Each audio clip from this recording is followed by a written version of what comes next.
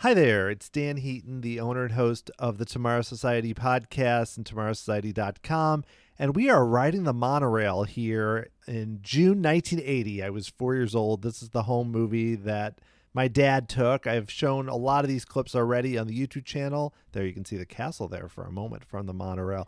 And this is an audio commentary from all those clips put together. And we're starting out with the monorail, which was always one of my favorite things to do as a kid. And something you notice right away is just how spare, how everything looks so different. It's so busy now. And back in 1980, the resort had been open for 9 years, not even 9 years in June. And it just had so much less. And now, as you can see, we are entering inside the Contemporary Resort, which is always a fun thing to do. I know this is not the same level of quality. And another thing, too, is I love these topiaries of all the characters that we used to go by and see. And my dad kind of caught a little bit of it here on the ride on the monorail. You can kind of quickly, maybe you freeze frame it, you can figure out who some of those characters are. But they had a lot of the kind of famous Disney characters at the time, like a Dumbo or someone like that, and you could come and pose next to them. Here's a really quick clip on the ferry that we still now take today. And now we jump right onto the Jungle Cruise. And this is just a quick few shots of riding the Jungle Cruise in 1980. One thing I always remembered was the shooting of the gun. That always scared me. We won't see that on this clip. Instead, we just have a few quick shots that would look very familiar to you now if you're riding the Jungle Cruise. And now we're on the Rivers of America. We're moving very quickly. I think this might be from the keel boat from the top, because there you see the Liberty Square riverboat. And we're on the Rivers of America, but we are not on that boat here. And you're getting quick glimpses of parts of Liberty Square. And there, of course, is the castle itself. And now you have a very crowded Tom Sawyer Island raft. And of course, there is Big Thunder Mountain, which had opened in September of 1979. So it was brand new back in 1980 and very cool to see. And now we've jumped on to the daily parade, which was the Pinocchio parade, which actually only ran in this form for 6 months from January through June 13th, 1980. It was celebrating the 40th anniversary of Pinocchio, the release of the film. And you'll see a little bit later, there's a few floats that were just for this parade. Another thing that's interesting is the characters that would just walk through, and kids would run out and meet them between the floats. You see Pluto here and Goofy. And then you notice, too, just how spare, I say spare again, these floats are so weird. They're like just multi-level. There's the characters from the Jungle Book.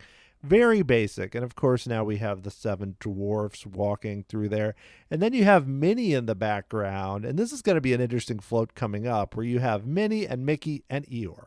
That's kind of a strange thing. And I know Winnie the Pooh was fairly big at the time due to the film that had come out. But it's interesting that Eeyore gets to be kind of featured in the middle between Mickey and Minnie. And then, of course, with the characters from Alice in Wonderland in the back and the crazy 3 little pigs running along the sides here. There's a lot to see. And of course, the big bad wolf, who is now kind of approaching in a scary way towards the camera. And this is one of my favorite floats from this era. It was not just from the Pinocchio parade. I believe it was from the parade that ran before this. And it is Casey Jr. train, of course, from Dumbo.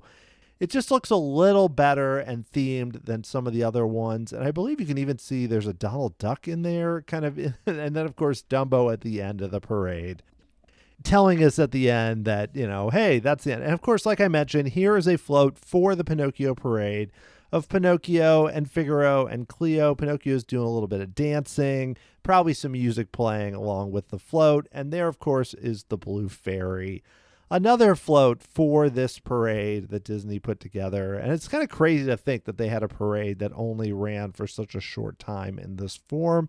But Disney did a lot more of that. There's a lot of little changes that happened. And of course, there is Pinocchio again. And we finish with the Conscience Medal float of Jiminy Cricket. And now we're on to Dumbo in a different location where it was for a really long time before it moved to Storybook Circus. I love the way this looks right behind Cinderella Castle there, and just how cool it was to. And I don't want to just look back and say with nostalgia, because there also were super long lines. It was the centerpiece of Fantasyland. It loaded super slow. So you didn't have a case where, like now, there's the 2 Dumbos and the Fast Pass and all that. It was just 1 Dumbo, no Fast Pass, rush there. It was basically like the 7 Dwarfs Mine Train or something similar of its era. It was crazy. And now we've moved on to the Tomorrowland Indy Speedway, which actually was called the Grand Prix Raceway at the time. And you can see this was a slightly different race course, but it was very bumpy on this camera, which obviously didn't have any type of stabilizer like you might see in the really nice cameras that put together YouTube videos that people really love. But it basically was just a fun ride that was very bumpy. And now we moved on to the final segment on the Main Street Electrical Parade here with the Casey Jr. train that opens up the parade. Interesting thing about these home movies is that you can't really see the characters very well on it unless someone takes a flash picture. So you have these cases where you saw there with Mickey and everything, where essentially it was like, oh wait, there's a character, but this home movie just doesn't have that level of quality, and this is not super restored either, so it wasn't on that level. And now you can see the Blue Fairy right there from Pinocchio, which is a float that didn't last. See, the interesting thing is, and I have to rely a little bit on the internet, but some of these floats did not last all the way through the end. And even the Main Street Electrical Parade had only started in 1977 and then running in its first run through 1991. So it had only run for about 3 years at this time. So this is one of the earlier incarnations. I'm talking about, of course, at Walt Disney World, not when it ran at Disneyland, which was a bit earlier. And now we're seeing the Alice in Wonderland. I love those spinning turtles. That was always a fun thing you could see there where, it's hard not to see all these scenes and think about the music. And of course, now we have the Cinderella. You have the pumpkin coach right there. And again, like I mentioned earlier, you have this nice coach and you want, let's watch this and see Cinderella.